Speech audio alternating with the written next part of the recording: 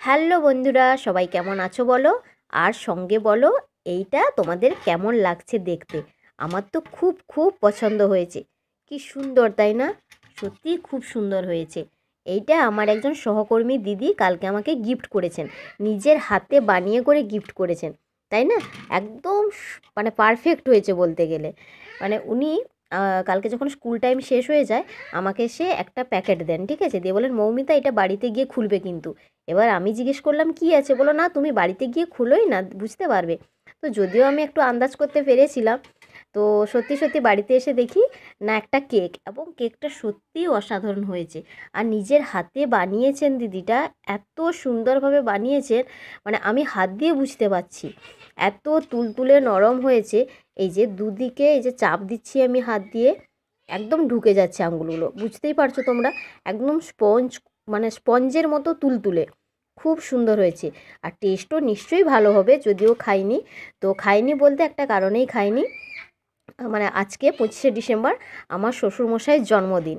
তারপরে যেহেতু কেকটাও একটা গিফট হিসাবে পেয়েছি, তো আমি ভেবেছি এই কেকটা ওনাকে দিয়ে কাটিং করাবো, ঠিক আছে। এমনিতে আমাদের সাধারণত এইসবগুলো মানে করা হয় না, মানে শ্বশুরমশাইয়ের জন্মদিনটা পালন করি, আমি ফোঁটা দিই, তারপরে নতুন কোনো কিছু বস্ত্র একটা যাই হোক কিছু একটা এনে দিই, ব্যাস ওইটুকু। মানে ওনার মা খুব ছোট, মানে ছোট বয়সে, যখন আমার শ্বশুরমশাই খুব ছোট ছিলেন, এই 5-6 মাস মনে হয়, তখনই মারা যান।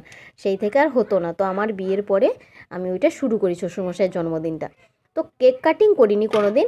এইবার যেহেতু কেকটা গিফট হিসেবে পেয়েছি, একটা ভালোবাসা জড়িয়ে আছে, তো ভাবলাম না ঠিক আছে চলো এটা কাটিং করাবো, ওই জন্য আমি রেখে দিয়েছি এখনও কেকটাকে।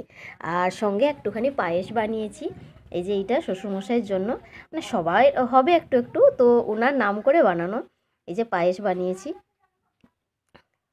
যতটুকু পেরেছি করেছি, আর বাকি রান্নাবান্না ও বাড়িতে হচ্ছে সব কিছু। আমি শুধু এই পায়েসটুকুই বানিয়েছি, কারণ ফোঁটা দেবো, নিজের হাতে তো কিছু করে ফোঁটাটা দেবো। এমনি এমনি খালি মুখে আমি কিছু বানাবো না, কিছু করবো না, এরকম করে ফোঁটা দেওয়া যায় না। তাই আমি পায়েসটুকুই বানিয়েছি, ঠিক আছে, ফোঁটা দেবো বলে। আর সঙ্গেই কেকটা কাটিং করাবো। তো বন্ধুরা বলো কেমন হয়েছে, ঠিক আছে, আর কেমন লাগলো ভিডিওটা। নিশ্চয়ই আমার তো কেকটা খুব ভালোই লাগছে দেখতে। আর সবাই ভালো থেকো, সুস্থ থেকো, অনেক অনেক ভালোবাসা সবাইকে। আর আজকে মেরি ক্রিসমাস সবার জন্য রইল, কেমন।